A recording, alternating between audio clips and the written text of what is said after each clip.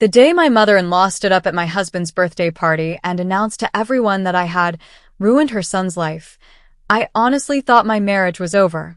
The room went completely silent. Friends stopped eating. A few people actually nodded. I felt every pair of eyes on me. I wanted to defend myself, but I stayed quiet because I knew something she didn't. And sooner or later, the truth was going to hit harder than anything I could have said. 3 years earlier, I met my husband, Ethan. He was funny, hardworking, and the kind of guy who would literally give the shirt off his back, including his mom, maybe a little too much. At first, Linda seemed sweet. She hugged me, called me daughter, and told everyone she had always dreamed of having a daughter-in-law like me. I totally bought it. Big mistake. The second Ethan proposed, everything changed. Suddenly, I wasn't family anymore. I was competition.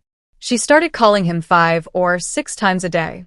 If he didn't answer within 10 minutes, she'd text me asking where he was. If we planned a weekend getaway, she'd suddenly have some emergency. Every single time. One weekend, she claimed her washing machine exploded.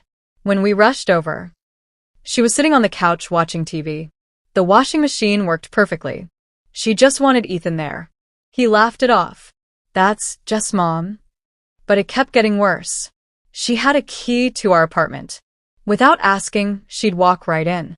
I'd wake up on Saturday mornings and she'd already be in the kitchen reorganizing my cabinets. She criticized everything. My cooking.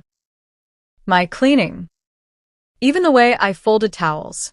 One day she looked at my homemade lasagna and said, "My son deserves better than store-brand cheese." Ethan finally spoke up. "Mom, enough." She rolled her eyes. "Oh wow, somebody's whipped." That was the first crack. Over time, Ethan started noticing things I'd been quietly dealing with. The guilt trips. The fake emergencies. The constant disrespect. One evening he sat beside me and sighed. "I owe you an apology." "For what?" "For expecting you to put up with things I should have stopped years ago." That conversation changed everything. Together we set healthy boundaries. No more surprise visits. No more daily phone calls. No more spare key. Linda completely lost it. She called every relative, even people Ethan hadn't spoken to in years. According to her, I was controlling, manipulative, a gold digger. She told everyone I was isolating her son. Some people believed her. Others avoided us completely. It hurt, not because strangers judged me, but because she was destroying her own son's relationships. Still, we never fought back. Ethan always said, people eventually show who they really are. Turns out, he was right. I encouraged him to take it. He had worked so hard for it. While he was away, Linda started telling everyone I'd forced him into the new job just to keep him away from her. She even posted dramatic messages online about losing a son while he's still alive. People flooded the comments with sympathy. Until one unexpected phone call changed everything.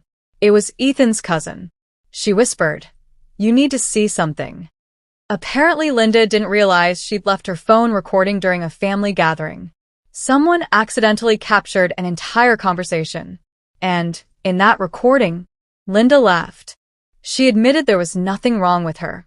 She admitted she exaggerated stories because she couldn't stand not being the center of Ethan's attention. "If I make everyone hate her, he'll have no choice but to come back to me." The room went silent. Even the people listening couldn't believe it. The recording spread through the family faster than wildfire. The same relatives who ignored my messages suddenly started apologizing. One aunt literally called me crying. "I judged you. I'm so sorry." Another admitted Linda had been manipulating the family for years. People realized the truth. The woman accusing me of ruining her son's life was actually trying to ruin his marriage. At the next family gathering, nobody defended Linda. Nobody applauded her. Nobody believed another word she said. She looked around the room waiting for support. Instead, she found silence. Then Ethan stood up. He wasn't angry. He wasn't yelling.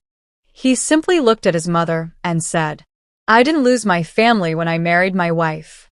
I almost lost my family because you refused to respect it. You could hear a pin drop. Linda had no comeback.